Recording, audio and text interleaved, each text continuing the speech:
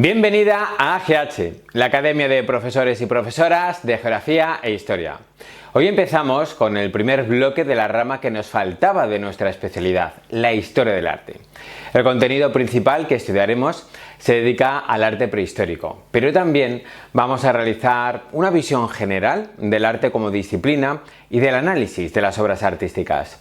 Durante la clase voy a centrarme en los aspectos más prácticos que te sean realmente útiles de cara a resolver los supuestos prácticos que te ponen en oposiciones. Al ser la primera semana de Historia del Arte, la documentación es un poco más variada de lo habitual. Para empezar, tienes el bloque teórico que aborda la teoría y la función del arte y las principales creaciones artísticas de la prehistoria en la península ibérica. Como complemento a este bloque de teoría, hemos preparado un anexo de carácter visual. Tendrás uno similar cada semana que trabajemos la historia del arte. En él vas a encontrar en cada anexo las principales obras de cada periodo y de cada estilo, junto con sus datos esenciales, como por ejemplo el título, la cronología, la autoría. Es una herramienta realmente útil para entrenar el ojo y aprender a reconocer los diferentes estilos artísticos. Además, con él accederás cada semana a decenas de ejemplos que podrían preguntarte en los procesos selectivos. El siguiente documento es el bloque de supuestos prácticos, donde encontrarás, como siempre, ejemplos resueltos de comentarios, en este caso, de comentarios de obras de arte prehistórico. Esta semana hemos añadido dos archivos que complementan el bloque de supuestos prácticos. Por un lado, dispones de una explicación detallada de las pautas de comentario de cada tipo de obra, dependiendo de si se trata de un análisis de arquitectura, de escultura y de pintura. Y por otra parte, hemos preparado un diccionario visual donde verás imágenes ilustrativas del vocabulario artístico más especializado. Si dominas esta terminología y eres capaz de utilizarla correctamente en tus descripciones de obras, ganarás muchísima calidad en la resolución de los ejercicios y obtendrás mejor calificación. Para terminar, si te presentas en Canarias o en Cataluña, encontrarás el anexo correspondiente adaptado a la prueba práctica de estas comunidades autónomas. ¿Y qué vas a encontrar en los próximos minutos de clase? Bueno, pues primero voy a explicar la teoría, centrándome en los aspectos que puedan ser realmente más útiles para realizar los comentarios artísticos. Luego veremos cómo realizar los supuestos prácticos. Esta semana haré una presentación realmente detallada, paso a paso, de lo que son las pautas de un comentario de una obra de arte. Aquí aprovecharé para explicar con ejemplos visuales algunos términos de vocabulario que realmente debes manejar. Y luego, como es habitual, proyectaré varios ejemplos de ejercicios y veremos cómo resolverlos aplicando las pautas de comentario. Pues bien, ¡empezamos!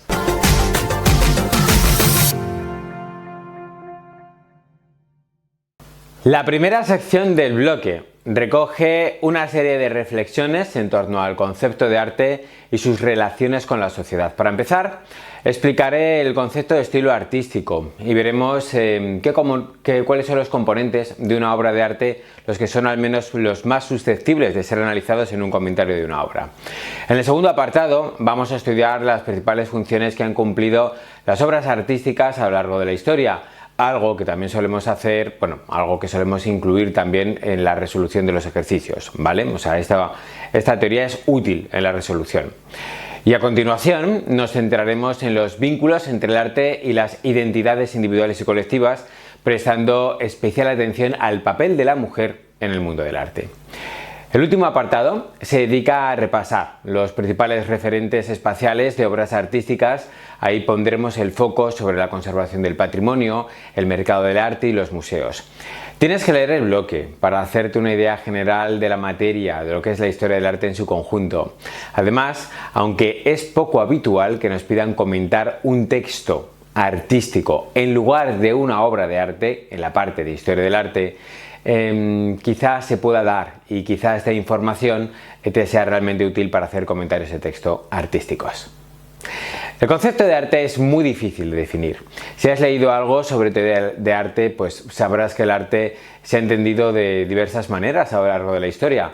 De cara a nuestra oposición, debemos tener claro que nos enfrentamos al análisis artístico desde la perspectiva de la historia del arte como materia. Esto implica que debemos tratar de interpretar la obra artística tomando como referencia sus relaciones con las épocas anteriores y sus vínculos con sus posteriores desarrollos con otras obras de arte en el diacronismo de la historia. Bien, aunque hay muchos tipos de expresiones artísticas, las disciplinas más estudiadas son la arquitectura, la escultura y la pintura. Como veremos, cada una de estas ramas realmente tiene su propio método de análisis, ¿vale? En determinadas culturas y momentos de la historia, otras disciplinas artísticas han tenido gran relevancia y merece la pena conocer también sus manifestaciones, las más significativas: el mosaico bizantino, la cerámica griega, la orfebrería germánica o el grabado, en autores como Goya, por ejemplo, tienen un importante peso en la historia del arte y también podrían entrar en cualquier examen de oposición.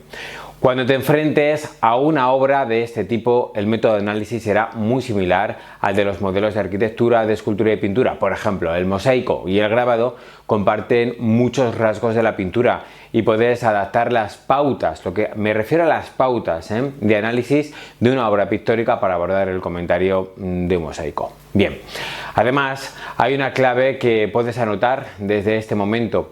Cuando una obra artística pertenece a una disciplina poco común o utilice una técnica de trabajo muy específica, dedica unas líneas del comentario a explicar en qué consiste esa disciplina y cómo tiene lugar el proceso de creación, ¿vale? Las artes de tipo audiovisual, como por ejemplo el cine o los ejemplos más actuales de arte digital, no han aparecido en nuestras oposiciones. Aún así, en el bloque encontrarás algunas reflexiones al respecto de este tipo de creaciones. Conviene tener al menos una noción de lo que son los aspectos más básicos. Bien, pues ¿qué analizamos cuando explicamos una obra de arte? Hay dos grandes componentes del análisis artístico, lo que es la forma y el contenido. La forma hace referencia a la apariencia física de la obra, qué estamos viendo y cómo se ha producido. Aquí entraría la descripción de los materiales, la composición, las figuras, el uso de la luz, el color, etc. También podemos incluir aquí la explicación del proceso técnico de elaboración, ¿vale?, de esa obra. Por su lado, el análisis de lo que es el contenido, el significado, tiene que ver con la interpretación de la obra. En sentido amplio sería el contexto y su significado. El análisis formal nos acerca a su pertenencia a un estilo artístico. Podemos entender un estilo como un conjunto de elementos formales compartidos por varias obras de arte. Los rasgos de un estilo no perduran eternamente en el tiempo, sino que tienden a evolucionar. A lo largo de la historia del arte se han identificado una serie de fases recurrentes en la evolución de los estilos. Por ejemplo, antes de alcanzar la fase plena o clásica, suele existir una fase arcaica en la que los artistas ya han empezado a experimentar con los nuevos recursos y tratan de dominarlos. Después de la fase clásica, bueno, la fase clásica es realmente cuando el estilo presenta todas sus características. Las formas más puras tienden a deformarse después de esta fase porque los artistas ya buscan nuevas formas de expresión. Entonces se habla de una fase manierista y con el tiempo se alcanza una forma de expresión que ya está muy alejada del momento clásico.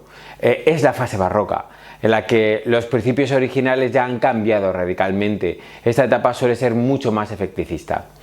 Se trata de un patrón que se ha venido repitiendo en varias ocasiones dentro de determinados estilos, dando lugar a una sucesión de subestilos.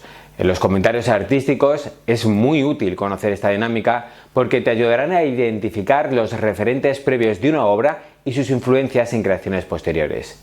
De manera similar a la evolución general de un estilo, podemos encontrar patrones comunes en la evolución formal de un artista a lo largo de su vida.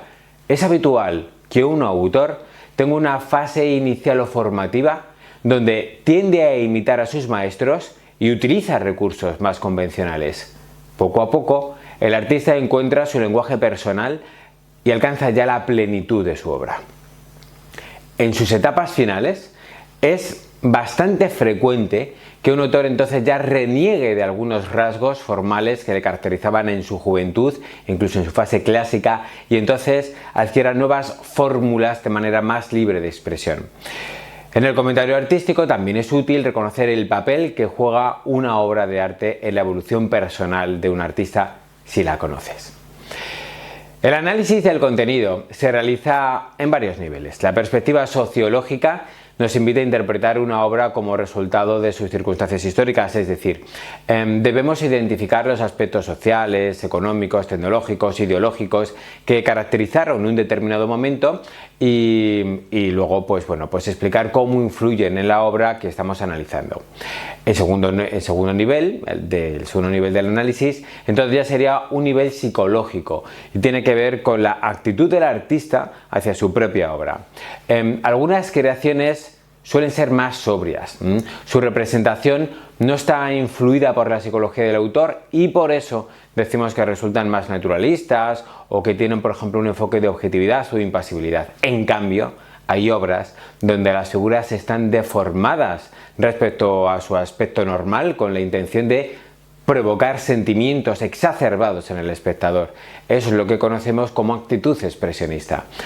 Otra posibilidad es una deformación que esté vinculada al mundo de la fantasía, la ensoñación, con la búsqueda de un sentido que va más allá de lo racional. En esos casos estamos hablando de una expresión artística de carácter más surrealista.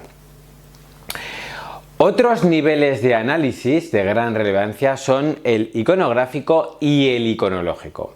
La iconografía se refiere a la identificación y descripción de las figuras representadas. La iconología conlleva una lectura más profunda e intelectual del significado de esas figuras y de los valores que son evocados por ellas. Por ejemplo, en esta obra encontramos a una mujer, una serie de personajes masculinos armados y varias personas muertas en el suelo. Eso es la descripción de lo que estamos viendo a simple vista, pero ¿qué significado profundo tienen esas figuras? La mujer no es una simple campesina, sino que evoca a la nación francesa, a la república y a la libertad. Es un personaje recurrente en la simbología nacionalista francesa y que se conoce como Marienne. Del mismo modo, cada personaje masculino nos remite a una clase de grupo social. Las personas caídas son un símbolo de los sacrificios del pueblo francés. En muchas ocasiones, la iconología no es algo que se pueda deducir fácilmente. Requiere un dominio de una serie de códigos que adquirimos con un conocimiento histórico e incluso religioso y literario. Las fuentes más útiles para la interpretación de los temas que habitualmente se han representado con más frecuencia en la historia del arte son el cristianismo y la mitología grecolatina. Otro elemento necesario para explicar el sentido de la obra de arte es reconocer la intencionalidad del autor en el momento de la concepción de la idea. Pocas creaciones son el resultado de una búsqueda genuina de la belleza y del placer estético. Sí. Las funciones más habituales del arte han variado mucho a lo largo de la historia. En muchos casos, el arte cumple simplemente una función didáctica, prescriptiva e incluso hasta moralizante. Sí. Es decir, la obra se utiliza para mostrar aquello que es deseable o indeseable en una comunidad, en una sociedad. Las religiones, como promotoras de la creación artística, han jugado un papel fundamental en ese sentido. Otras funciones muy habituales tienen que ver con el sentido propagandístico y conmemorativo de los valores de una persona o de una sociedad. Los líderes de las naciones han buscado a menudo ser representados de manera que se favorezca su percepción pública. A partir de la edad contemporánea, los valores individuales del artista empezaron a ganar peso sobre los valores de las grandes instituciones. En ese sentido, desde el siglo XIX encontramos nuevas funciones para la creación artística. Algunos autores recogen en sus obras algunos motivos personales, fruto incluso de su propia psicología, de su evolución psicológica personal. La ampliación del derecho de participación política dio pie a motivaciones ideológicas y la crítica social a través del arte. Además, el aumento de la reflexión sobre el propio concepto del arte también favorece algunos movimientos cuya motivación es esencialmente estética y autorreferencial, en el caso como componentes esenciales de la obra de arte. Bien, ¿y de qué depende la funcionalidad principal de una obra? Buena pregunta, ¿verdad? Bueno, pues sin duda el factor que más influye es el mecenas que ha encargado la obra de arte. Tradicionalmente ha habido distintos actores que han patrocinado la creación artística en mayor medida que otros colectivos. Para empezar, la Iglesia, o más en general, las élites religiosas de cada comunidad. Sus mensajes tienden a ser didácticos y a ser moralizantes. Buscan extender la doctrina religiosa a los fieles y promocionar su fe frente a otras creencias.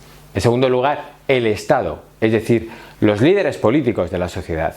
Suelen buscar la propaganda personal y el enaltecimiento de los valores nacionales. Un tercer colectivo que empezó a ganar peso hacia el siglo XV es la burguesía, a lo que podríamos añadir la aristocracia en general, es decir, las personas más ricas.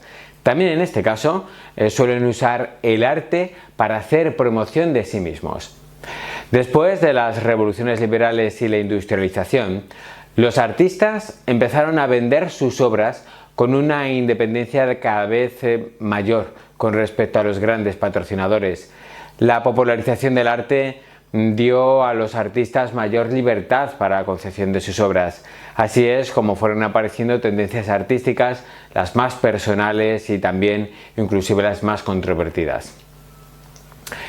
El tercer apartado de esta sección está dedicado a las dimensiones individual y social del arte.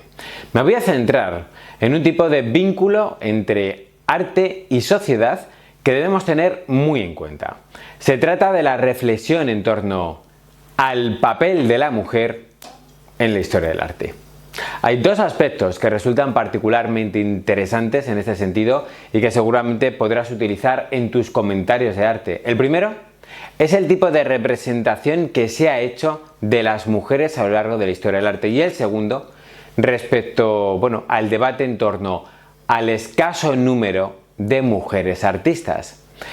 El modo en el que se ha representado a la mujer en las obras de arte evidencia claramente una mirada fundamentalmente masculina respecto a su rol en la sociedad. Y por otro lado, dentro del mundo religioso, la mujer se ha vinculado a la maternidad, a la piedad, a la castidad y otra serie de valores que han configurado históricamente los estándares del género femenino. Por otra parte, aprovechando los referentes de la mitología clásica, la mujer empezó a ser dibujada y esculpida en desnudos, conformando el ideal de belleza femenina en cada etapa histórica. Esta vertiente encontró nuevas variantes a partir del siglo XIX, manteniendo a la mujer como objeto de deseo. Pero ahora, con connotaciones, en este sentido, con connotaciones claramente más eróticas e incluso despojadas del misticismo religioso en relación con la etapa anterior.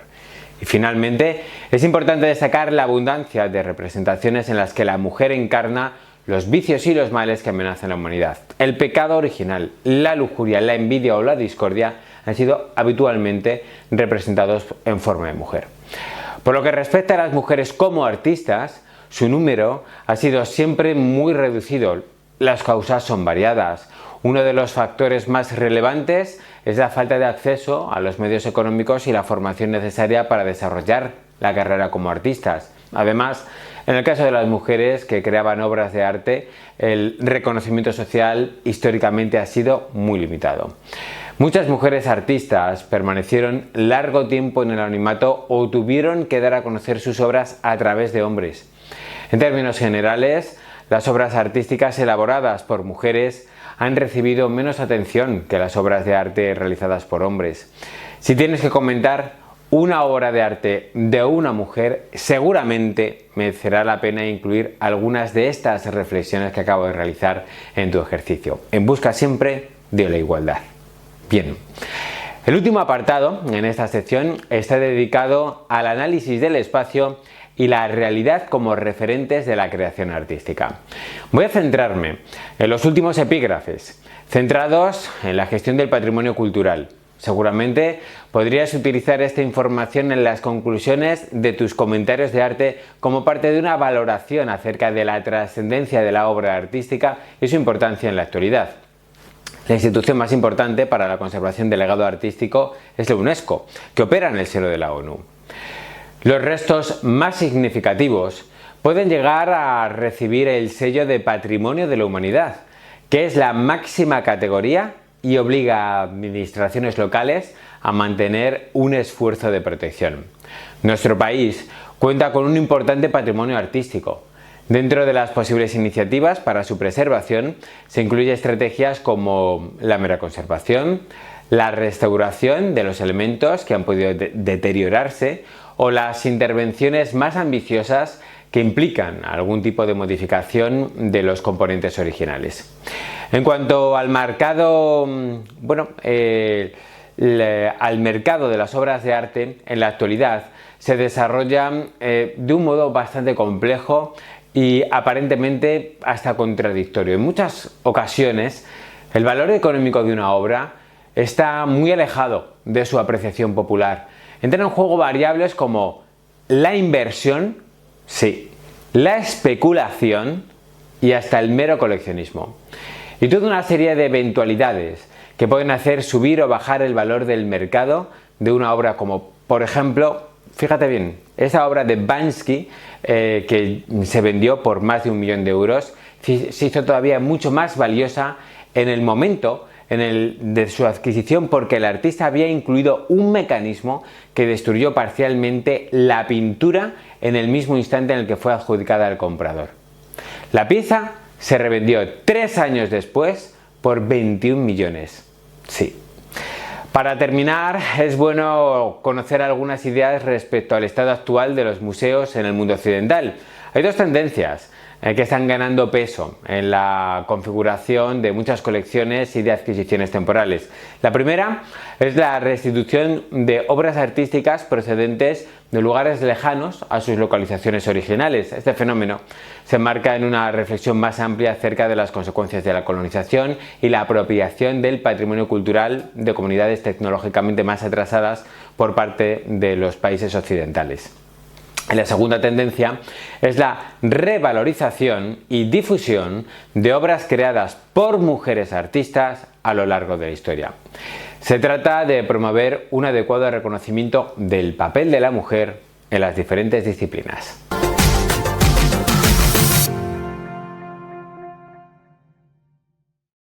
Venga, pues empezamos ahora con la explicación de la historia del arte propiamente dicha.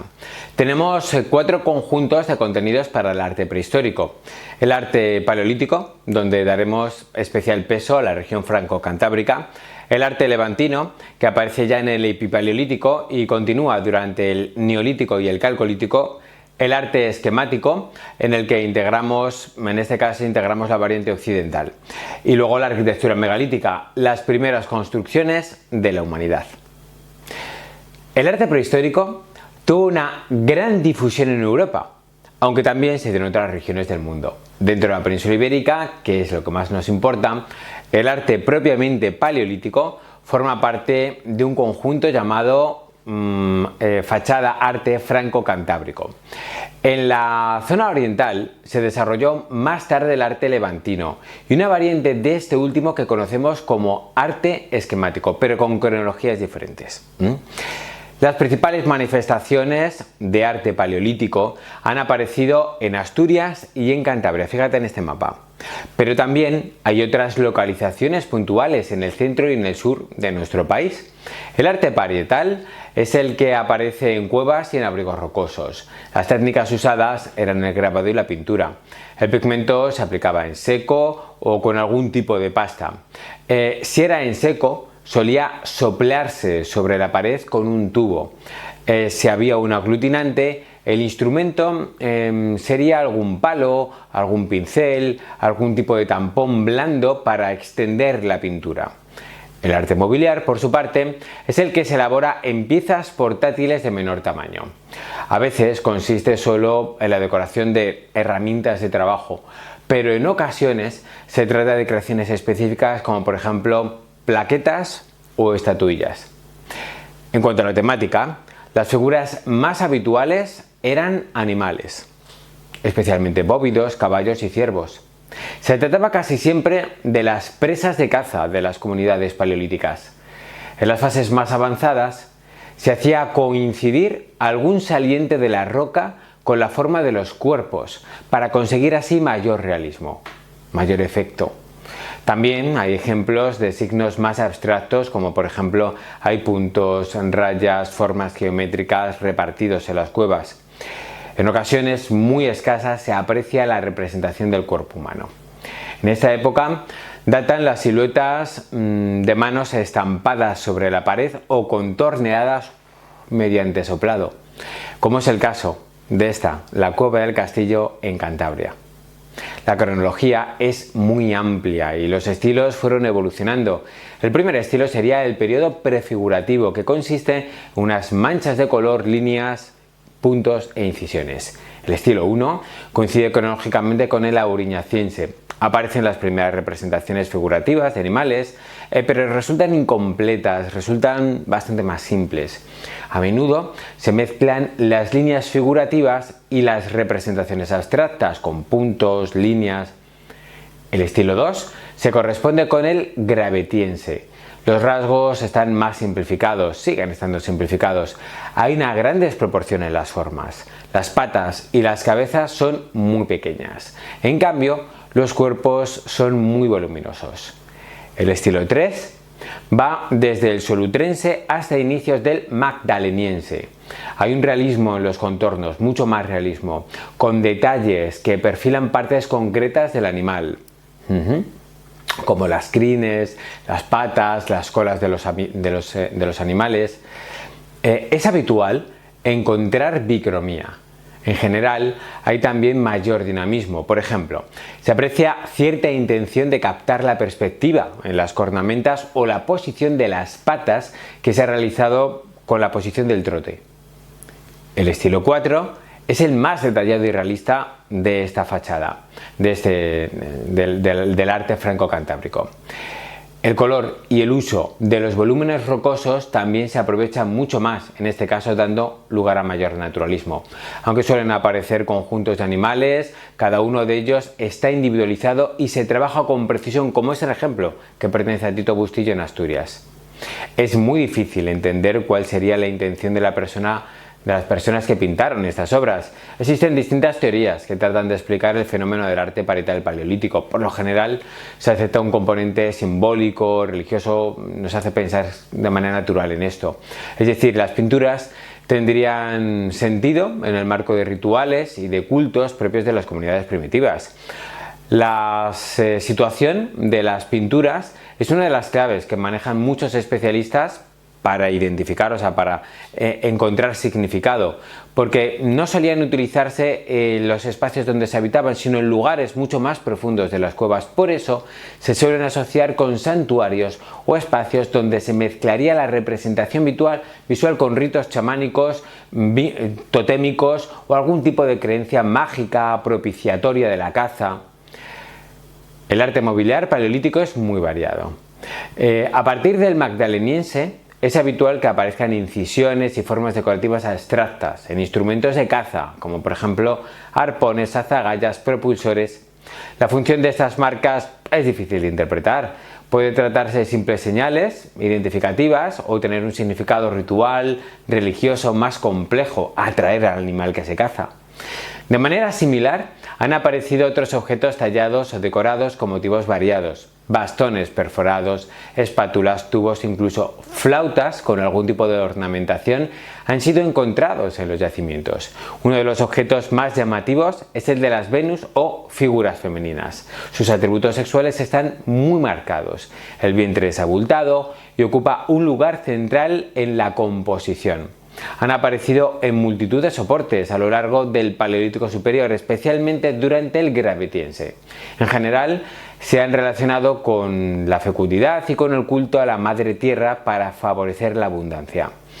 Por último, podemos citar el caso de las plaquetas. En general, reproducen los modos de grabado y de la pintura parietal, pero a menor escala en este caso.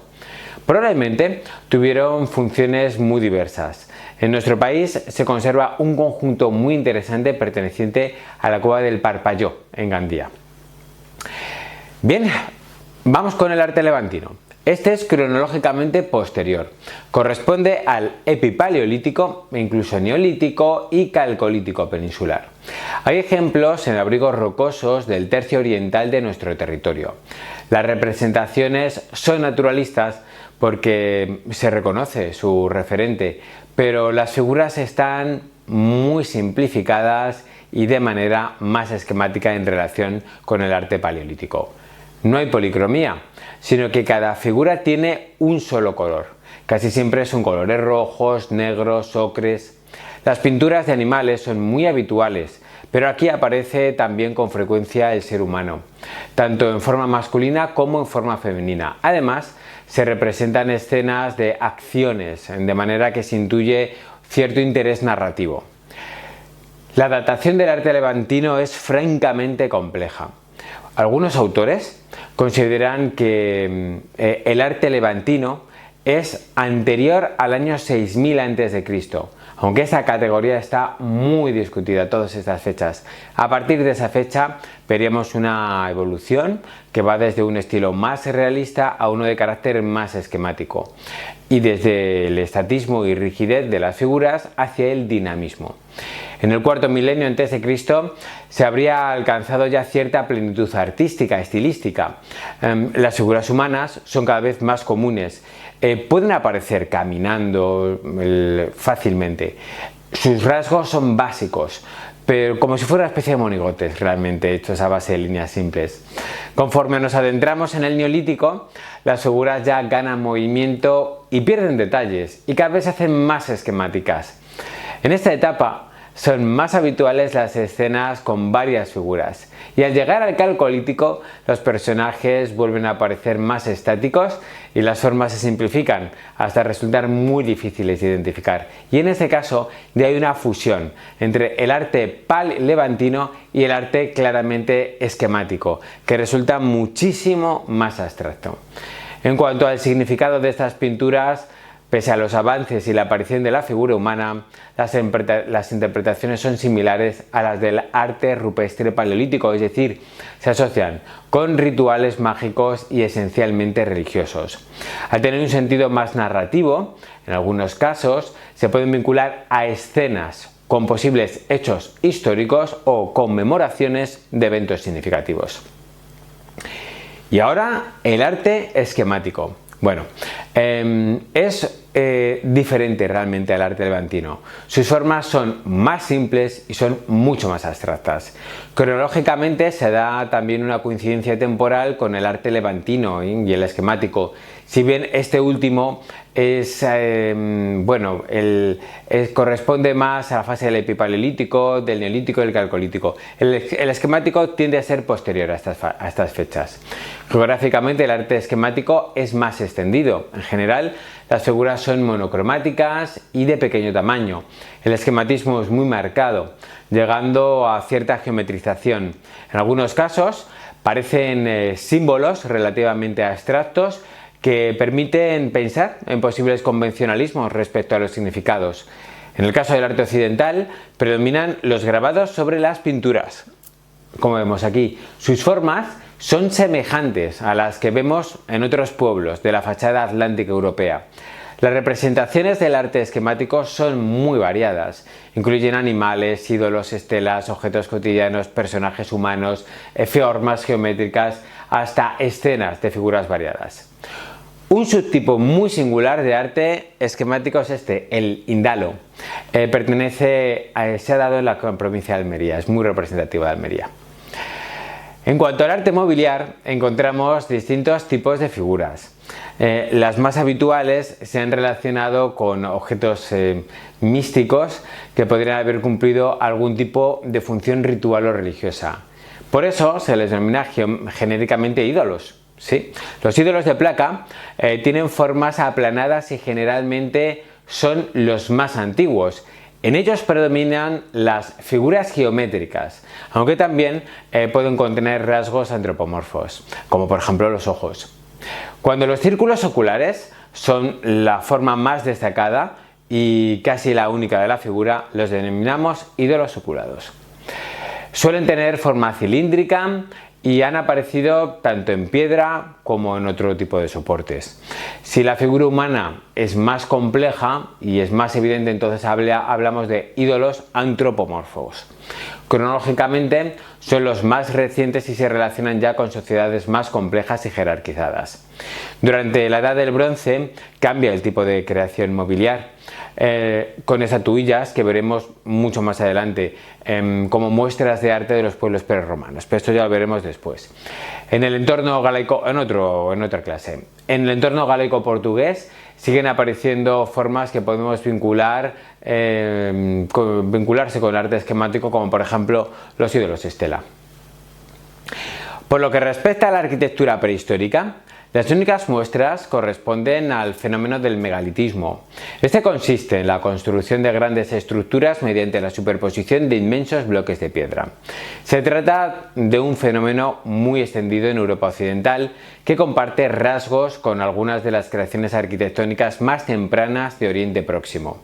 Esto ha dado lugar a un debate respecto al origen y difusión de las técnicas megalíticas.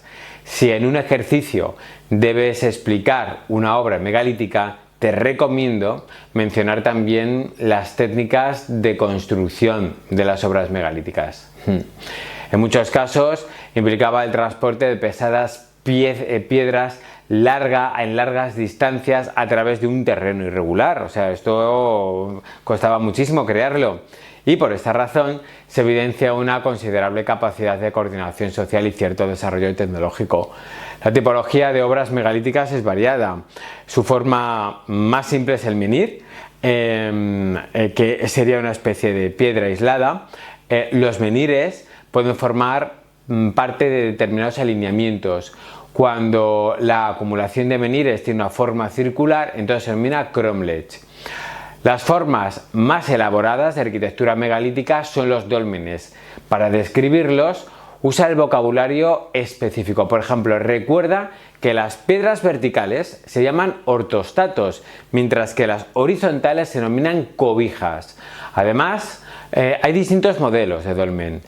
Cuando hay una única cámara funeraria, decimos que es un dolmen simple. Si esta cámara funeraria presenta un pasillo de acceso, hablamos entonces de un dolmen con corredor. A veces la cámara funeraria no sobresale respecto al pasillo de entrada, de manera que se forma una galería cubierta aparentemente más sencilla. En Mallorca y en Menorca, solo en estas islas, se dio una forma tardía de megalitismo que conocemos como cultura talayótica.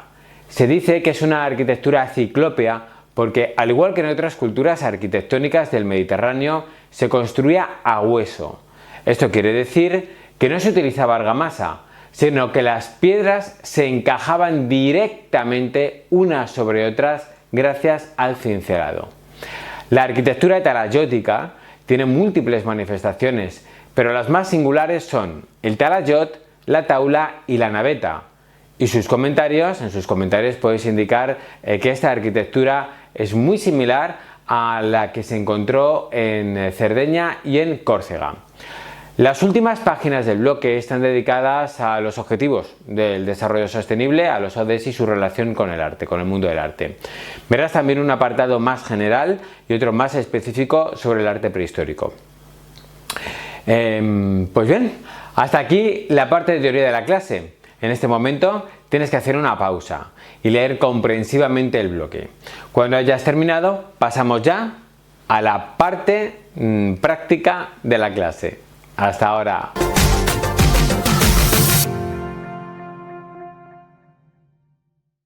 Vamos con la explicación de los supuestos prácticos de historia del arte. Esta semana vamos a dedicar un tiempo adicional a la explicación de las técnicas de comentario, porque los ejercicios de arte siguen unas pautas específicas y es bueno conocer en profundidad el método de comentario. Aprovecharé también para mostrar ejemplos de vocabulario artístico que necesitarás para hacer un ejercicio de verdadera calidad. Primero veremos cómo se articula un comentario de arquitectura, luego el de una obra escultórica y finalmente el de una pintura. Además, presentaré la diferencia entre la estructura que seguiremos según reconozcas o no reconozcas la obra de arte en el examen, que esto es muy importante, esta técnica te interesa. Al final de la clase veremos los ejemplos concretos de comentario de obras de arte, en este caso, esta semana, de arte prehistórico. Bien. La arquitectura es la disciplina más singular de las tres ramas, porque escultura y pintura son artes plásticas y tienen más elementos en común. Este es el esquema básico que vamos a seguir a la hora de realizar un comentario. Luego me extenderé en alguno de sus elementos. Si reconoces la obra, puedes indicarlo en la introducción. Eso demuestra un gran dominio de la historia del arte y predispone favorablemente al tribunal. Ya tienes casi la mitad del ejercicio hecho, ¿vale? Si lo reconoces. Pero no te preocupes si no consigues identificarla. Se puede obtener una buena nota con un análisis preciso, exhaustivo de la pieza y representando ciertas hipótesis razonables sobre la autoría y, sobre todo, necesario identificar el estilo. Sea como sea, en la introducción debemos presentar la naturaleza general de la lámina que tenemos delante. Puede ser una fotografía, pero también puede ser una planta o el alzado del edificio o alguna combinación. Otro aspecto a señalar es la tipología de la construcción, es decir, qué función cumple. Es importante indicar la cronología de la obra, al menos de manera aproximada, y la región a la que pertenece. Lo ideal es identificar el autor o autora, pero no siempre podremos hacerlo. En cambio, la identificación del estilo es fundamental, porque será la base de la que tiremos para articular todo el comentario. El comentario propiamente dicho empieza con una descripción formal de la obra. Para hacerlo, debes fijarte en los rasgos característicos del estilo al que pertenece. Debes utilizar los principios del estilo como guía de tu análisis. Los principios del estilo. Tú sigue lo que has estudiado, el estilo, ¿vale? La mayoría de los aspectos centrales del estilo aparecerán en la obra y tú debes explicar cómo se manifiestan ahí, en esa obra que estás comentando. Para que no olvides ningún elemento importante, te proponemos un orden claro que puedes ir siguiendo. En algún momento deberás indicar qué materiales predominan en la construcción. Si la lámina muestra la planta del edificio, debes describirla con detalle. Los elementos sustentantes son los muros y las columnas y pilares, en sus múltiples variantes, habrá que identificarlo. Los elementos sustentados son las cubiertas, las bóvedas y las cúpulas. Normalmente se apoyan en arcos que también debemos describir. Y para terminar, comentaremos los aspectos decorativos. El análisis del significado ocupará el grueso del comentario. Solemos empezar con una presentación del contexto histórico y artístico, que son los componentes principales del nivel sociológico del análisis. Como vimos en la primera parte de la clase, se trata de explicar cómo influyen las circunstancias sociales, económicas, políticas y culturales en la concepción de la obra. Si existe algún referente iconográfico, por ejemplo, en la ornamentación, lo describiremos y explicaremos su significado. Para terminar, podemos valorar el tipo de emociones que la obra provoca en el espectador. Además, es muy importante relacionar la pieza con otras similares. Debemos señalar cuáles son sus referentes previos, aquellos que pudieron servir de inspiración. También mencionaremos obras y artistas posteriores que pudieron influenciar directamente en esa obra que estamos comentando. Bien. Pues vamos a profundizar, eso en esencia. Ahora vamos a profundizar en algunos de los componentes formales que debemos analizar. La planta es una representación cenital de la construcción, donde aparecen símbolos que nos permiten reconocer sus elementos. El alzado es una proyección de la visión que tendría un observador desde uno de los laterales del edificio. A veces se ofrece la sección, que representa la vista que obtendríamos si pudiéramos cortar transversalmente el edificio en alguno de sus ejes. De este modo, la sección permite apreciar la estructura y el interior de la construcción. La planta es un componente muy habitual en los comentarios. Sí. Las plantas de tipo centralizado, como ves aquí, se articulan en torno a un punto central y suelen tener formas como círculos, cuadrados o cruces con brazos de igual longitud. La planta es longitudinal cuando tiene un eje que predomina claramente sobre las demás. Una planta modular se consigue mediante la combinación de varios fragmentos de similares características. Suelen ser estructuras ampliables. Y en una planta libre, los espacios apenas están delimitados. No hay separaciones nítidas entre unas zonas y otras, por ejemplo un loft. En historia del arte, las formas de planta más habituales de los templos son las de cruz griega, la cruz latina y la basilical. La primera tiene dos ejes de longitud similar, la segunda tiene un eje claramente más largo que el otro y la planta basilical es esencialmente rectangular, pero podemos reconocer un transepto en uno de los extremos. Cuando nos ofrecen una planta en el comentario para comentar, es importante explicar las diferentes partes del edificio. Como elementos sustentantes, uno de los componentes que debemos describir es el muro. Para ello, conviene identificar el tipo de aparejo, es decir, cómo están unidos entre sí los bloques de piedra o de ladrillo de que está compuesta esa obra. Los bloques de piedra regulares se denominan sillares. Cuando son irregulares, solemos hablar de muros de mampostería. A medio camino está el sillarejo.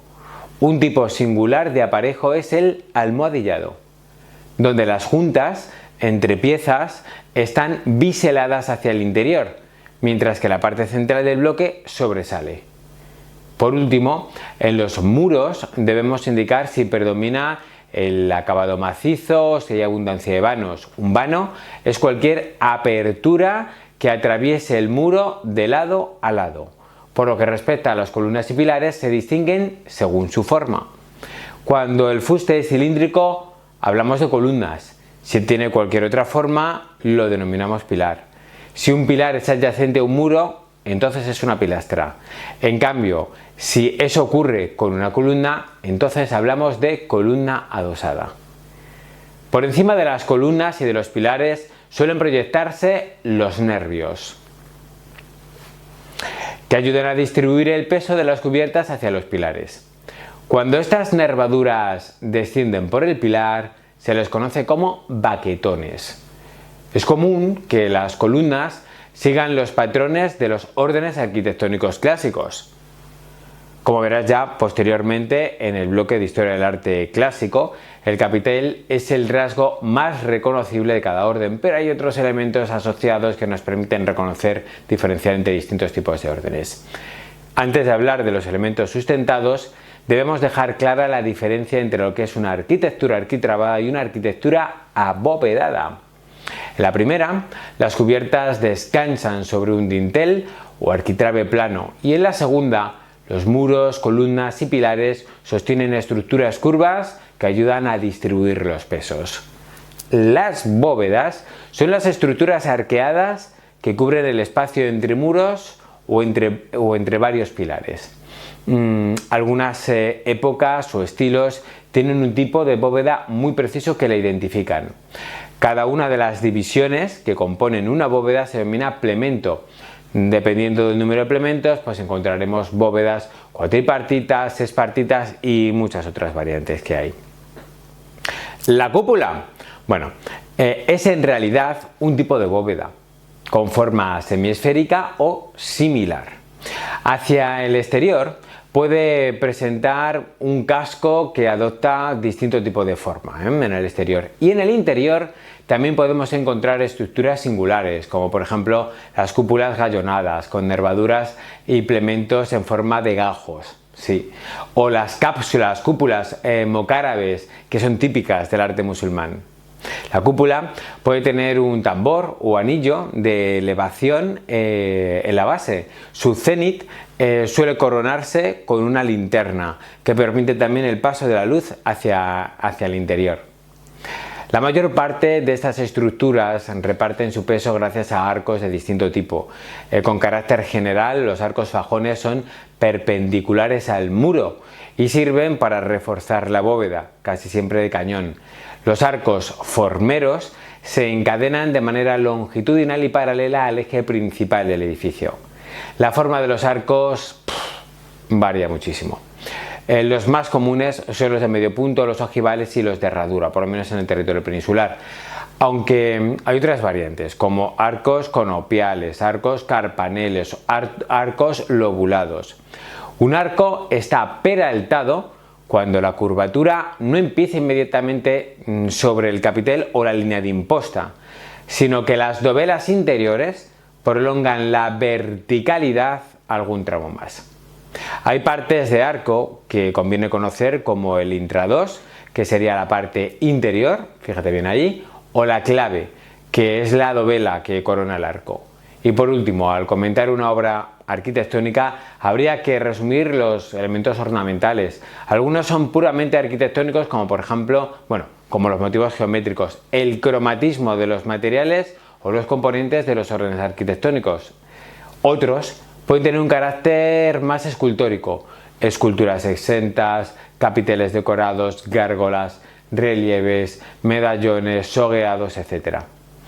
También puede existir una decoración en forma de vidrieras y pinturas al fresco. Que sepas que hay muchísimo más vocabulario específico de arquitectura. Te recomiendo leer el documento de vocabulario que hemos entregado esta semana para familiarizarte con toda esta terminología. La necesitarás. En cada bloque aparecerán también términos propios de cada estilo o de cada época, ¿vale? Los iremos explicando según vayan apareciendo cuando estudiamos semanalmente Historia del Arte.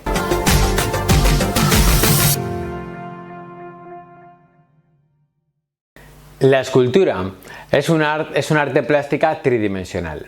En ella se ha de tener en cuenta el punto de vista del espectador. Además, en ocasiones, las esculturas forman un conjunto armónico con la arquitectura con la que se integra.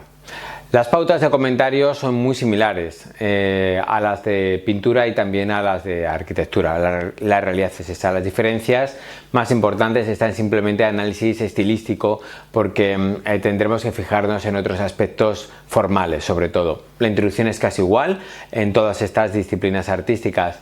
Si podemos, incluimos el título de la obra, luego presentamos el tipo de obra. Y en este caso sí que distinguimos entre relieves de distinta profundidad y escultura exenta o de bulto redondo. Rematamos el párrafo inicial con las coordenadas espaciotemporales, una breve mención al autor, su biografía y la identificación del estilo al que pertenece. Ahí estaría la intro. El análisis estilístico cambia mucho. Aquí debemos de describir el estado de conservación, el material del que está hecho, la técnica de trabajo, la adecuación al marco arquitectónico si procede, el grado de frontalidad de la representación y las líneas principales de la composición. A lo largo de la descripción también señalaremos cuál es el tema principal de la obra, la función que cumple y el modo en el que están captados los sentimientos de los personajes. Enseguida veremos en detalle todos estos elementos formales y veremos varios ejemplos de comentarios de escultura. El análisis estético coincide con lo que hemos visto para la arquitectura y nos servirá también para la pintura. También las conclusiones se basan en los mismos ítems. Este esquema es muy similar. Resumiremos los rasgos principales de la obra, apreciando su impacto sobre el espectador, y comentaremos el papel de la obra en la historia del arte, relacionándola con sus precedentes y con los desarrollos posteriores, influencias que haya tenido en otras obras de arte. Bien. Los relieves pueden tener diferentes grados de volumen. Fíjate bien aquí. El hueco relieve no sobresale, sino que está ahora dado hacia el interior del bloque en el que se inserta. Es típico del relieve egipcio. La característica que permite identificar un alto relieve es el que vemos una parte de las figuras que sobresalen realmente por completo de la pared a la que suele estar agarrada realmente. Una misma obra puede contener distintas alturas de relieve. Por ejemplo, las puertas del paraíso de Ghiberti. La escultura exenta o un bulto redondo es aquella que se puede rodear. Debemos ser precisos en la descripción. Por ejemplo, según qué parte del cuerpo se presente, estaremos hablando de busto, de estatua, de torso, de cabeza. Una estatua que actúa como columna se denomina cariátide si tiene el cuerpo de una mujer. En cambio, si tiene el cuerpo de un hombre, entonces es un atlante. Algunas posturas del cuerpo constituyen tipologías recurrentes que debemos reconocer. Por ejemplo, fíjate aquí, la posición yacente, orante, sedente o la ecuestre, si el personaje en este último caso va a caballo. Si pasamos a la descripción formal, cuando pasamos a ella, pues en algunas obras debemos comentar el estado de conservación. Es relevante si la figura ha perdido alguna de sus partes o si presenta un evidente deterioro de las formas o restos de policromía, algunas partes con policromía y otras no. También debemos señalar si la obra ha sido objeto de algún tipo de restauración. En cuanto al material del que están hechos, los ejemplos más notables están elaborados de mármol, de piedra, de bronce o de madera. También existen otros soportes, como el marfil, la plata, la cerámica o el hierro. Normalmente, junto con el material, debemos indicar la técnica de trabajo. Cada material está asociado a un tipo de técnica de escultura preferente. Utilizar el término adecuado es importante para mantener la calidad del ejercicio. Y si tienes tiempo, hay algunas técnicas que merecen incluso la pena ser explicadas. Todo depende de si tienes tiempo en el ejercicio. Por ejemplo, el método de la cera perdida para la elaboración de estatuas de bronce puede ayudarte a completar un comentario escultórico de manera perfecta. En algunas esculturas también debemos señalar su adecuación al marco arquitectónico. Como ves aquí, este fenómeno implica que las figuras adaptan su forma, su postura o su tamaño para encajar en el espacio delimitado por elementos arquitectónicos. Un caso similar al de adaptación al marco es el llamado horror vacui, horror al vacío. Utilizamos esta expresión para referirnos a un tipo de ornamentación que rellena absolutamente todos los espacios disponibles. Otro aspecto que podemos valorar es una escultura con cierto grado de frontalidad. Algunas esculturas exentas y todos los relieves están diseñados para observarse desde un punto de vista frontal. Otras tienen detalles en todos los ángulos, pero aún así manifiestan un punto de vista preferente. Sin embargo, algunas esculturas obligan al espectador a rodearlas si quiere realmente comprender el significado de esta. También podemos referirnos a la frontalidad y el movimiento que transmiten las propias figuras. Este enfoque está muy relacionado con la expresividad y el dinamismo estético. Algunas esculturas transmiten una sensación de pesadez y de rigidez. Fíjate ahí. Sus figuras presentan líneas verticales y horizontales bastante marcadas, apenas un movimiento corporal, y sus facciones no transmiten ninguna emoción. Todos esos rasgos son los que conocemos como hieratismo.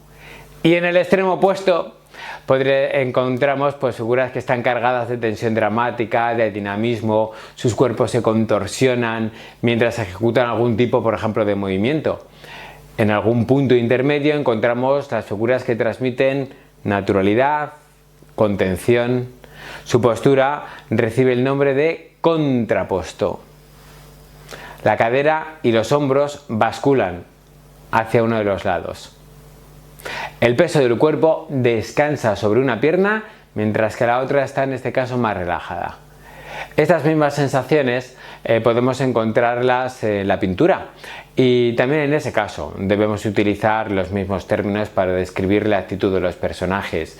En escultura también debemos tratar de explicar las líneas compositivas. Para ello debemos identificar cuáles son las líneas dominantes. Hay algunas estructuras que se repiten habitualmente, por ejemplo un esquema piramidal o la típica composición de aspa de X. En el periodo barroco fue relativamente común la composición de tipo helicoidal. Las figuras se arremolinan y parecen, una especie de espiral ascendente. Así es, míralo ahí. A la hora de describir la temática en escultura y pintura, es frecuente que determinados motivos se repitan una y otra vez. Si reconocemos alguna tipología, debemos mencionarlo identificando su iconografía y su iconología. Algunos ejemplos serían el del juicio final, la piedad el descendimiento, San Jorge, David, Goliat, etcétera. Es algo clásico, aparece muchas veces. ¿Lo vas a ver? Sí. Otras veces la temática resulta más específica. En este caso, debemos preguntarnos acerca de la motivación del autor o de un posible significado alegórico más general. Por ejemplo, en Los burgueses de Calais de Rodin presenta el sacrificio de la comunidad con las distintas actitudes ante la muerte. En las artes plásticas también debemos preocuparnos por valorar el tipo de estética elegida y su impacto en el espectador. El idealismo persigue captar la belleza en su plenitud. No tiene referentes concretos, sino que las figuras son deidades o modelos anónimos que mantienen las proporciones perfectas según el canon de la época. Muchas veces reconocemos a un personaje que está siendo retratado, pero su cuerpo es mucho más armónico de lo que parece esperar, de lo que esa persona realmente es en realidad. En ese caso hablamos de un naturalismo idealizado. El máximo grado de naturalismo es el realismo, donde el personaje se capta con todas sus imperfecciones. Además, existe una estética expresionista que deforma intencionadamente los rasgos con la intención de reforzar el impacto emocional. Estas mismas categorías de representación estética se pueden aplicar también a la pintura. Fíjate, en algunas esculturas, pues bueno, vale la pena también comentar el impacto de la luz sobre las figuras, especialmente si se generan contrastes de luces, de sombras que acentúan el dramatismo o el dinamismo de la escena. En cuanto al tratamiento de los volúmenes, podemos indicar si la obra tiene un aspecto macizo, pesado o ligero. Algunas obras incluso aprovechan el vacío como parte de la representación. Por último, muchas veces conviene describir también el tipo de texturas. Por ejemplo, en la escultura clásica solemos mencionar los contrastes entre superficies lisas como la piel y superficies rugosas como el cabello o algunos ropajes. También es habitual destacar técnicas como por ejemplo la de los paños mojados.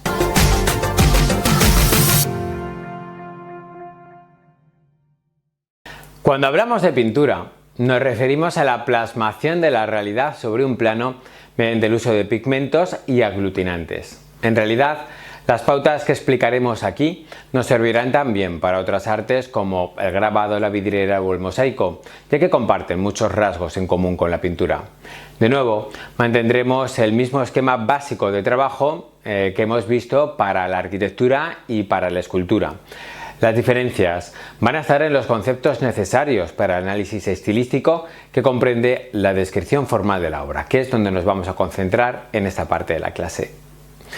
Las técnicas habituales de la pintura de mayor trascendencia de la historia del arte son el óleo, el temple y la pintura al fresco.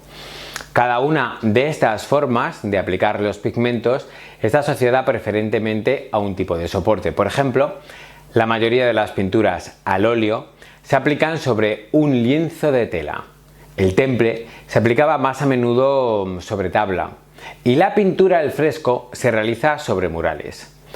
¿Cuándo es necesario explicar la técnica con más detalle? Bueno, no suele ser un componente esencial del comentario de la obra, porque en oposiciones no tenemos tiempo para tanto, ¿vale? Así que lo vamos a tratar solo si hay tiempo y si lo conocemos. En pintura, solemos dedicar unas líneas a explicar el uso del color. Unas líneas, una línea. Normalmente nos referimos a la gama predominante, que puede ser fría, cálida. Si el autor hace uso destacado de colores complementarios, pues también lo indicamos. Hay otras expresiones que pueden ayudar, como por ejemplo el uso de tonos saturados frente a los tonos apagados. Otras opciones serían la utilización de tonos ocres, apastelados, grisáceos, planos, etc. Recuerda que en arte el uso de un vocabulario técnico específico se valora mucho más que en historia. También relacionado con la pigmentación podríamos valorar el simbolismo de los colores. Por ejemplo, el rojo suele remitirnos a las pasiones y al dramatismo. El blanco se identifica con la inocencia y la pureza. El azul se suele vincular con la realeza y el poder. El púrpura ha sido el color de los emperadores romanos. Si el artista se aprovecha de este tipo de asociaciones, debemos indicarlo en el comentario. Si podemos, también haremos una descripción precisa del modo en el que están representadas las figuras. Una distinción básica sería el grado de volumetría. De hecho, algunos estilos y artistas se asocian con fórmulas específicas de tratamiento del cuerpo humano. Cuando los volúmenes son precisos y proporcionados, podemos decir que el modelado resulta escultórico. En Miguel Ángel llama la atención las formas contundentes o vigorosas de los cuerpos. En Rubens las figuras son voluptuosas. Otro término habitual es el concepto de estilización, que se refiere al alargamiento del canon corporal. En la época medieval y a principios del Renacimiento encontramos grupos isocefálicos. Esto significa que todos tienen una cabeza a la misma altura. En ocasiones podemos encontrar formas geometrizadas, tanto en la representación del cuerpo como en los paisajes y objetos. Normalmente también tendremos que describir la postura de los personajes, una posición singular que demuestre maestría en el dominio del dibujo, que demuestra maestría es el uso del escorzo. Esto no es nada fácil. Nos referimos a figuras cuyo eje de representación es tan perpendicular al plano de la pintura. Este recurso aporta profundidad y dinamismo a la obra. Otro de los componentes más interesantes en la mayoría de las pinturas es el tratamiento de la luz. En este sentido, debemos señalar si el artista utiliza recursos como el claroscuro para generar contrastes y dar volumen a las figuras. Otra forma singular de captar la luz es el esfumato. Con esta técnica de capas de color de fondo que se superponen creando un efecto de realidad o de fantasía, se aprovecha también para crear la sensación de profundidad. En otras obras no existe intención de captar la luz de manera realista. Mira, en estos casos podemos hablar de luz irreal e incluso simbólica. A propósito de la luz, también podemos señalar de dónde procede la fuente principal de iluminación. A veces el foco es visible y está dentro del propio cuadro. En otras ocasiones, en otras obras el foco es externo y tenemos que deducir su procedencia. A veces es totalmente artificial. Unas veces la luz está directamente sobre los personajes y hablaríamos de luz cenital. Lo más habitual es que la iluminación procede de algún lateral, eso es lo más normal. El tipo de perspectiva es el modo en el que los artistas captan la profundidad del escenario. Una técnica habitual a partir del Renacimiento es la perspectiva lineal. En ella las figuras se hacen más pequeñas a medida que se alejan del observador y confluyen en un punto de fuga. Muchas veces, para reforzar este efecto, los artistas aprovechan las líneas de estructuras arquitectónicas. La perspectiva caballera es más simple y no se ajusta con precisión a la visión realmente humana. Consiste en representar los paisajes desde un punto de vista elevado, como lo haría un personaje a caballo. De este modo, las figuras más lejanas están en la parte superior de la obra y las más cercanas en la parte inferior. Esa es la artificialidad de esta perspectiva. Y la perspectiva aérea, como ves aquí, consiste en captar los efectos de la atmósfera sobre la representación pictórica. Al aumentar la distancia, los contornos se difuminan perdiendo nitidez y los colores se degradan perdiendo saturación.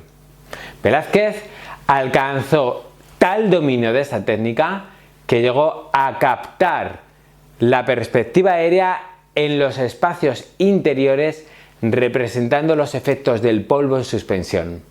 Por eso se dice que Velázquez ha pintado el aire en las meninas. La perspectiva cubista pretende captar al mismo tiempo varios puntos de vista. El resultado es una representación fragmentada y muy confusa. Algunas obras no muestran gran interés por la perspectiva. En algunos casos hablamos simplemente de una perspectiva aplanada o de una perspectiva múltiple o irreal. Durante el románico, muchas veces los personajes flotan en un espacio indeterminado, de manera que la perspectiva es totalmente irrelevante. La composición suele tener cierto protagonismo también en las obras pictóricas, que es objeto de comentario. En líneas generales, podemos diferenciar entre composiciones estáticas o equilibradas y composiciones dinámicas. En las primeras predominan las líneas horizontales y verticales y la rigidez de los personajes. En las composiciones dinámicas predominan las diagonales, las curvas y la escena está cargada de movimiento y dramatismo. Las composiciones simétricas suelen resultar más estáticas. En cambio, las composiciones asimétricas tienen mayor dinamismo. Las composiciones más equilibradas suelen estar basadas en esquemas geométricos, como triángulos o círculos. Por otro lado, algunas pinturas tienen también composiciones claramente fragmentadas. En estos casos solemos hacer una descripción realmente de cada parte del cuadro. Ahí está, por zonas. Por último, en algunos cuadros vale la pena comentar el tipo de pincelada que usa el artista. Algunas obras muestran una coloración más fluida, mientras que otra resulta realmente pastosa al aplicarse mucha materia en cada pincelada. También podemos distinguir entre pinceladas precisas, pinceladas sueltas. Normalmente esto va asociado al grado de detalle que se pretende alcanzar, que pretende tener el artista en la obra. La pincelada precisa suele ser más detallista y mantiene los contornos mejor definidos. La pincelada suelta suele tener un aspecto mucho más difuso. El extremo sería una pintura ya totalmente abocetada, como ves aquí, donde no hay un gran interés por captar la forma real de las figuras, sino solo la esencia. El tipo de pincelada y el modo de aplicar la pigmentación nos llevan a otra distinción frecuente en los comentarios de obras de arte. Se trata de valorar el predominio de la línea o el predominio del color en una obra. En las pinturas en las que predomina la línea, el dibujo de las figuras es nítido y los contornos son precisos. Se dice que predomina el color cuando las masas de color son las protagonistas de la obra. Hay obras que mantienen un equilibrio entre ambas dominancias, con un dibujo perfectamente reconocible y al mismo tiempo masas de color muy significativas. Bien, pues antes de entrar ya en ejemplos concretos de comentario, es importante hacer una puntualización. Podemos enfrentarnos al comentario de una obra de arte desde dos enfoques. Ojo a esto. El que hemos explicado hasta ahora es lo que yo denomino realmente método inductivo, ¿vale? Lo utilizaremos cuando reconozcamos la obra, de manera que podamos indicar su título, autoría y estilo con precisión y sin temor a equivocarnos. Señalaremos todos los aspectos en la introducción y posteriormente procederemos a un comentario formal y de contenido. Rematamos con unas conclusiones y con una biografía, ¿vale? Esa es la esencia del comentario, quédate con ello. Sin embargo, puede ocurrir que no reconozcamos la obra o que no estemos seguros al 100% de que es esa la obra. Y en ese caso, en oposiciones, no hay que fallar, ¿eh? Optaremos por el método deductivo. Ojito a esto, que es importante. Es muy similar al anterior, pero tiene una variante. No podemos establecer con tanta contundencia el título y el autor. Así que en este caso omitimos la introducción propiamente dicha y directamente pasamos a explicar la naturaleza de la lámina y el comentario formal. Esto nos debería llevar al menos a una posible ubicación del estilo de la obra, con la que podremos hacer un comentario del contenido, análisis sociológico, psicológico, iconográfico, iconológico, del comentario completo. Y una vez completada toda esa parte, entonces ofrecemos alguna hipótesis acerca de la posible autoría o título de la obra. Utilizamos ambajes, sin llegar a acertar del todo, sin llegar a decir que esto es esto. Ahí está. Sí que tenemos que indicar el estilo, eso es imprescindible. También podremos lanzar alguna idea sobre posible autor.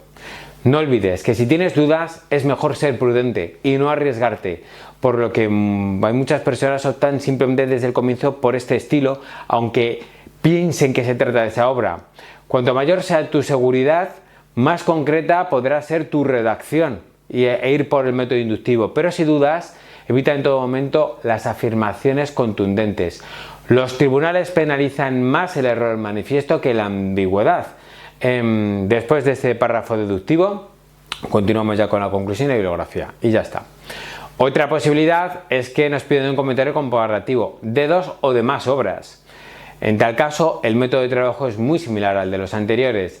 Si reconocemos las obras, utilizaremos una introducción, si no, empezaremos directamente por el análisis de las obras. Debemos analizarlas primero individualmente, tanto en sus aspectos formales como en el contenido estético, y a continuación es muy importante hacer una valoración comparativa de las obras que estemos comentando en el método comparativo. Para ello trataremos de identificar qué elementos tienen en común y cuáles son las principales diferencias entre unas y otras, con las que podamos, diferencias entre las obras objeto de comentario. Y como siempre, rematamos con unas conclusiones y una bibliografía.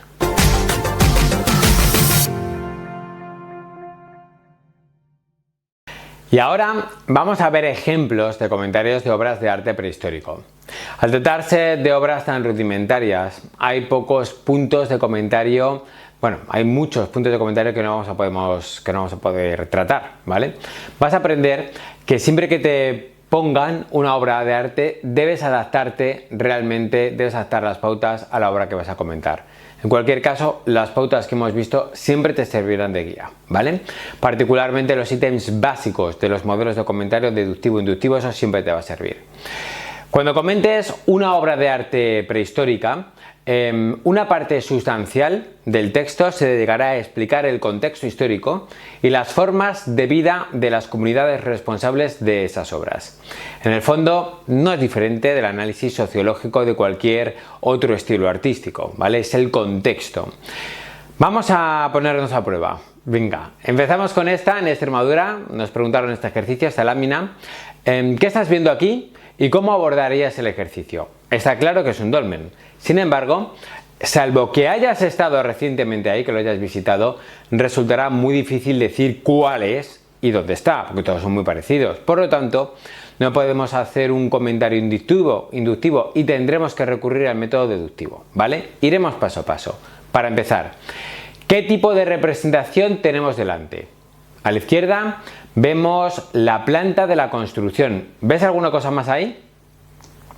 Fíjate en los laterales y en la parte superior de la ilustración. Ahí tenemos la sección de la edificación.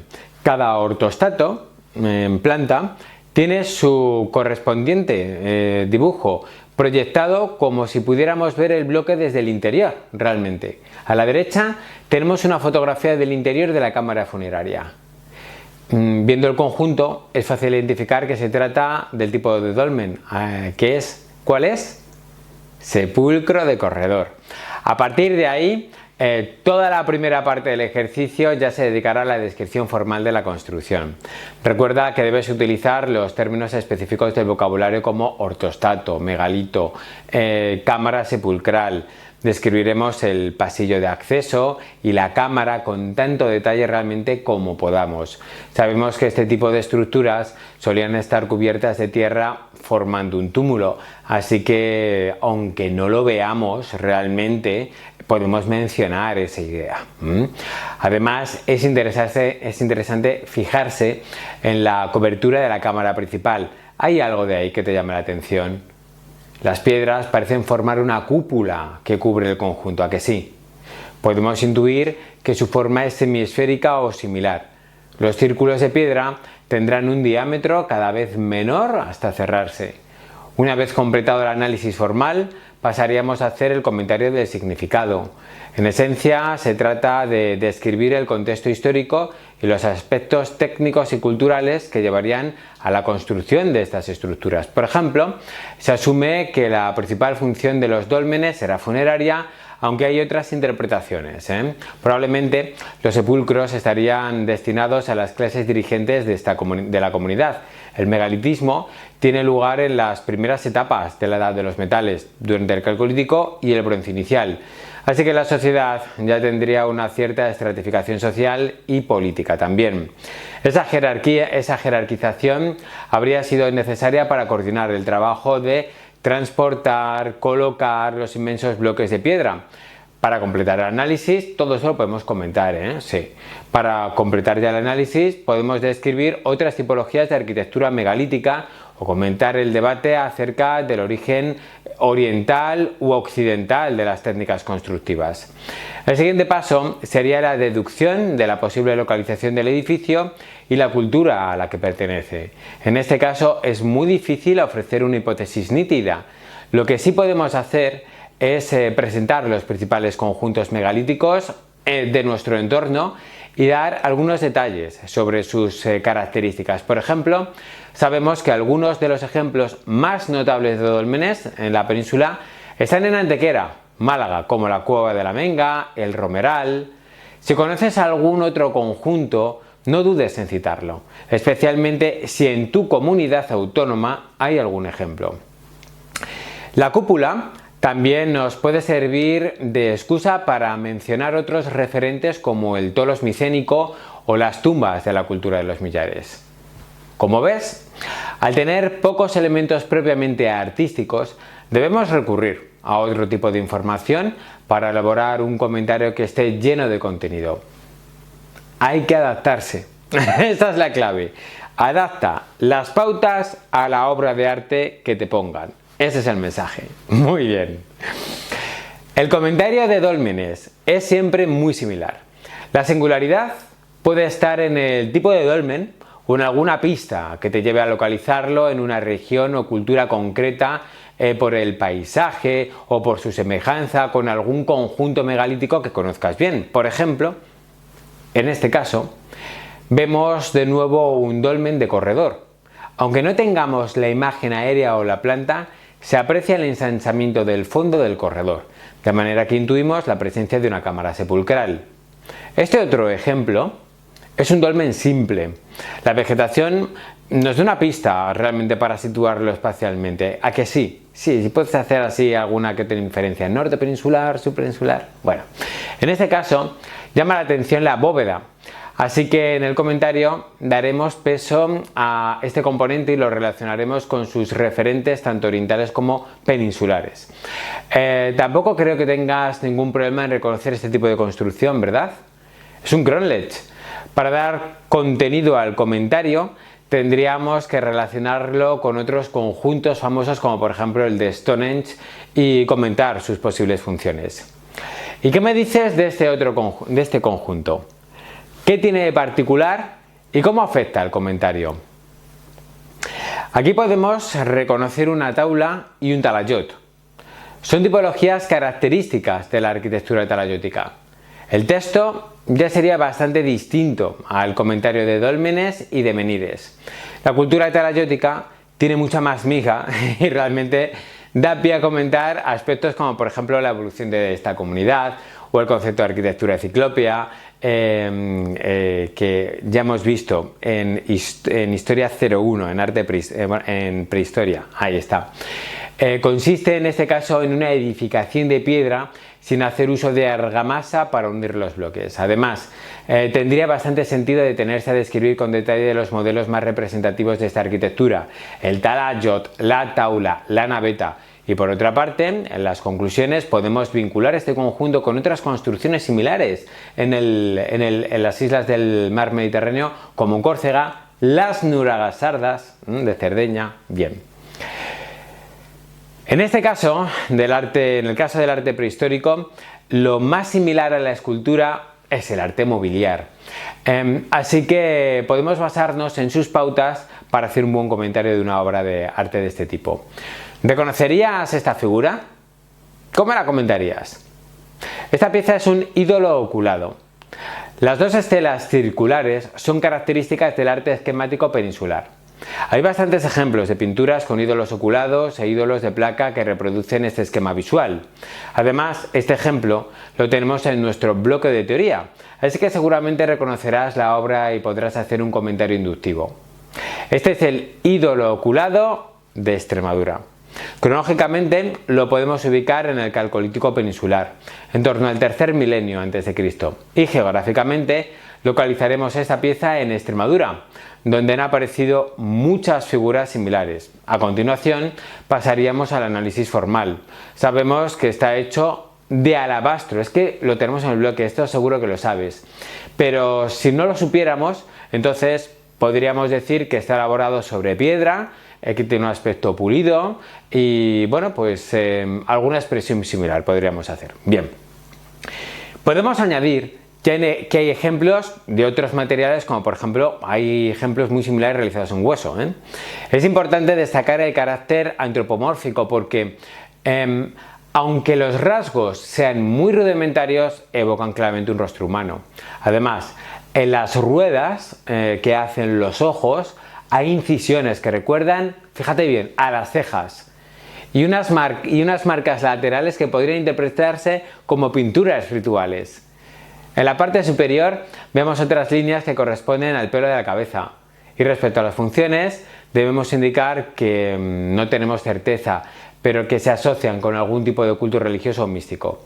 En cuanto a las tipologías, aprovecharemos para explicar todo lo que sabemos de otros modelos de ídolo, como por ejemplo los ídolos placa, los ídolos antropomorfos. En las conclusiones podemos relacionar estas figuras con otras estatuillas prehistóricas como las Venus paleolíticas o los ídolos estela. De igual manera, al compartir rasgos con algunas pinturas del arte esquemático, podríamos añadir alguna referencia a este tipo de creaciones. Otra posibilidad es encontrarnos una estatuilla como esta. Se trata de un ejemplo muy reconocible. Es la Venus de Willendorf. Estás seguro que la conoces. Así que también podremos hacer hacer un comentario claramente inductivo desde el principio. No me digas que no. Tampoco debemos obsesionarnos con comentar cada uno de los aspectos artísticos que haríamos con una escultura renacentista, porque aquí no es posible, pero sí podemos mencionar la estética naturalista con ciertas dosis de abstracción simbólica. Todo es un relativo comparativo. El grueso del comentario estaría dedicado a explicar el debate en torno a la función de estas figuras, y si tienes tiempo puedes añadir alguna referencia al modo de vida durante el Gravettense, periodo en el que aparecieron muchísimas de estas figuras. Otras muestras de arte son muy diversas y apenas cuentan con elementos artísticos para comentar. En esos casos, cuando te encuentres con alguna de ellas, una vez resuelta la descripción física del objeto, el comentario se centraría en explicar el tipo de instrumento, las formas de decoración más habituales y las posibles funciones que cumplían. Por ejemplo, ¿reconoces este tipo de instrumento? En el bloque los tienes perfectamente organizados. Es un bastón perforado magdaleniense. Podrían tener grabados figurativos y muescas de algún tipo geométrico. Su función, como suele ocurrir en el Paleolítico, está discutida, ¿vale? Y este otro, ¿qué tipo de instrumento es? En este caso estaríamos hablando de un propulsor. Se utilizaban para ganar alcance en el lanzamiento de proyectiles. ¿Y cómo lo distinguimos de un bastón perforado? No siempre es fácil, a simple vista, sobre todo partiendo de una fotografía. Ambos son alargados y pueden tener una forma bastante parecida, pero los bastones presentan una perforación clara y los propulsores una muesca que servía para colocar la flecha o la zagalla para ser lanzada. Y por último, también tenemos que asumir la posibilidad de comentar obras pictóricas de la prehistoria. En el arte prehistórico, los elementos formales también difieren respecto a lo que vamos a ver posteriormente en otros estilos, pero las pautas generales realmente te sirven. ¿Sabrías identificar el tipo de obra que tienes en esta imagen? Además de meternos en el estilo, ¿cuál es la naturaleza de la obra? Estamos en una pintura parietal sobre pared. Es muy importante evitar el término fresco, aquí no, aunque también se realice sobre muros, porque se trata de una técnica muy diferente del fresco, que requiere la preparación previa a la pintura, ¿vale? Y respecto a la variante de arte prehistórico, ¿alguna duda? Es un ejemplo bastante claro de arte franco-cantábrico propio del Paleolítico. Hay varios ejemplos que nos llevan a esa dirección. El rasgo más evidente es el realismo de las figuras. Además, la temática es coherente con el periodo. Los bisontes son más habituales en el Paleolítico que en las épocas posteriores, cuando el clima se hizo más cálido, ya había animales del Holoceno. En el arte levantino se representan más a menudo especies de ciervos, suros, jabalíes, animales del Holoceno. ¿Cómo haríamos el análisis formal? Para empezar, describimos a grandes rasgos el tema de la pintura. Tenemos dos bisontes de tamaño diferente. En una primera descripción básica también mencionamos el uso del color, porque es monocromático. No obstante, parece haber algún tipo de sombreado e interés por captar dos tonalidades distintas. ¿A que sí? Con unas partes más oscuras y otras más claras, sí. Debemos destacar todos estos detalles. Por cierto, aquí hay detalles realistas. Cornamenta, pelaje, los ojos y una adecuada proporción de todos estos elementos del animal que demuestran que quienes lo hacían cazaban y conocían muy bien estos animales. Estos aspectos nos servían después para justificar el estilo al que pertenece, que es el arte franco-cantábrico. Sabemos que en este tipo de pinturas se solían aprovechar los entrantes y los salientes de la roca para dar volumen y realismo a las figuras. Así que, aunque no lo apreciemos en la imagen porque no es posible, podemos comentar esa idea. Hay un intento de evidenciar la profundidad porque tanto los cuernos como las patas delanteras están en una posición oblicua, de manera que se aprecia que hay una pata o cuerno delante y otra detrás, o sea que eso sí que es evidente. Al entrar en el comentario estético, lo más relevante en estas pinturas es el debate en torno a su interpretación. Podemos presentar las diferentes teorías siguiendo las ideas que tenemos en el bloque. Otro componente importante es el método de aplicación de la pintura, mediante soplado, pincel o taponado, ¿vale? Por último, antes de las conclusiones, trataríamos de identificar el estilo o periodo concreto al que pertenece la obra. Los bisontes tienen todos sus rasgos propios, estos del estilo 4. Su cronología estaría entre 14.000 y 9.000 años antes de Cristo. ¿Y cómo lo sabemos? Básicamente por el realismo del dibujo y las proporciones. Otro elemento importante es la presencia de detalles como los ojos, las pezuñas, el pelaje. En los estilos anteriores aparecen algunos de estos elementos, pero no con tanta precisión como en el estilo 4. Aprovechamos para mencionar posibles ubicaciones en la península ibérica de este estilo y su cronología. Altamira, Tito Bustillo, El Castillo, son los ejemplos más conocidos, pero hay otros que podemos citar. La Pileta, en Málaga, Las Caus, en Francia. Esta es una obra de la cueva vizcaína de Santimamiñe y entró en los procesos selectivos del País Vasco. Bien. Vamos a ver otros ejemplos para poner a prueba nuestras capacidades de identificación de estilos y periodos. Imagina que te encuentras con esta lámina. ¿A qué tipo de pintura prehistórica pertenece? Te dejo un tiempo para pensar, no es difícil. Clic, pausa. Los rasgos de este ciervo son muy básicos. Se llega a una geometrización extrema, convirtiendo el cuerpo del animal en unas pocas líneas rectas. Esos son rasgos propios del arte esquemático. En el comentario, la descripción de la forma sería muy sencilla porque el dibujo es simple. La clave estaría en exponer con detalle la tipología de figuras, las teorías interpretativas y las variantes del arte esquemático, que se extiende por amplias regiones de la península. La cronología es lo más reciente del Neolítico y el Calcolítico. Bien, ¿y qué me dices de este otro ejemplo? Tampoco es difícil identificarlo. Los trazos están simplificados, pero no llegan al extremo del arte esquemático. Este es un ejemplo perfecto de pintura levantina.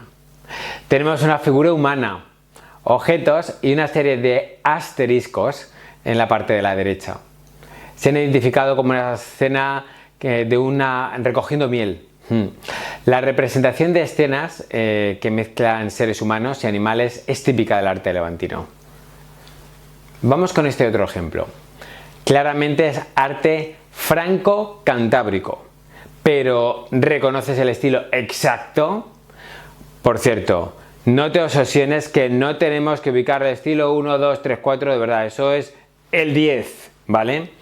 Se trata más bien de fijarse realmente en los detalles que evidencian para establecer una evolución técnica aproximada. Por ejemplo, aquí el dibujo resulta bastante realista y detallado, pero la cabeza y las patas son muy pequeñas respecto al cuerpo. Son rasgos propios del solutrense y principios del magdaleniense, es decir, del estilo 3, que se dio aproximadamente entre 19.000 y 14.000 años antes del presente. Pero no te preocupes por eso, de verdad es precisar demasiado. De hecho, es una figura muy similar a esta, el caballo de Lascaux, que es el mejor ejemplo, el que se utiliza como ejemplo de estilo 3. ¿Ves alguna diferencia respecto a estas otras pinturas? Aquí la desproporción es más acusada.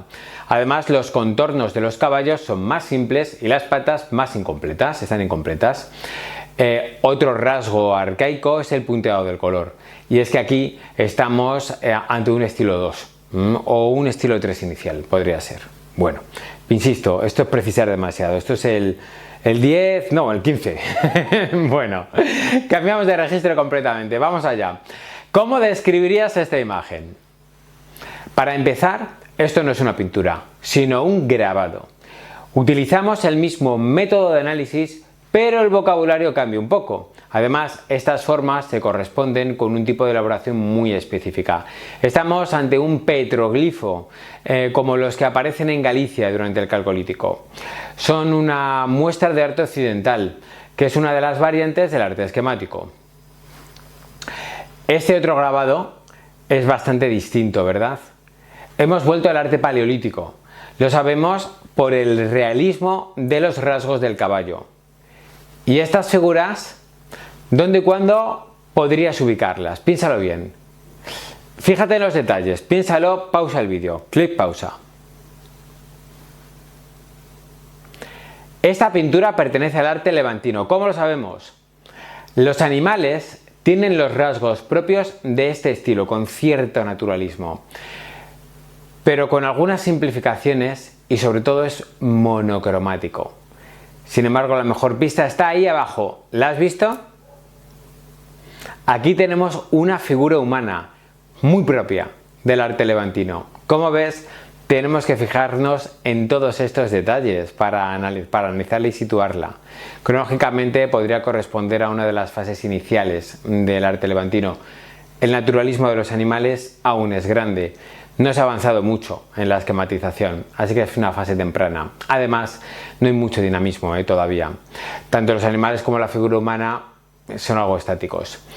Este es un ejemplo sencillo que deberías reconocer. Se trata del indalo, un icono del arte esquemático que solo aparece en Almería, en concreto es el de la Cueva de los Letreros. He incluido este otro ejemplo para mostrar otra pieza de arte bastante primitivo. Representa una cornamenta de un animal caprino, pero de un modo realmente muy básico. La técnica aún no está bien conseguida, como corresponde a los primeros periodos del arte de la representación plástica. En contraste, aquí tenemos un ejemplo más avanzado. Este ya es del estilo 4. ¿Por qué? Por las adecuadas proporciones, la bicromía, las patas con pezuñas, el detalle de las crines y el realismo de algunos trazos, como la cabeza del caballo.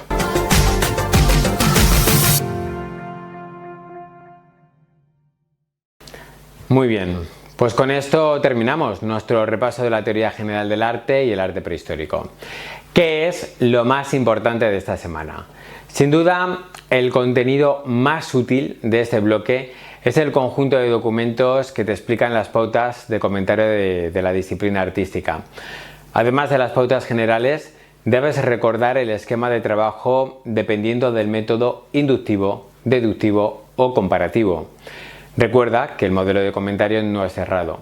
Lo importante es adaptarte a la imagen con el conocimiento de que dispongas a fin de resolver el supuesto práctico. Así que, fluye.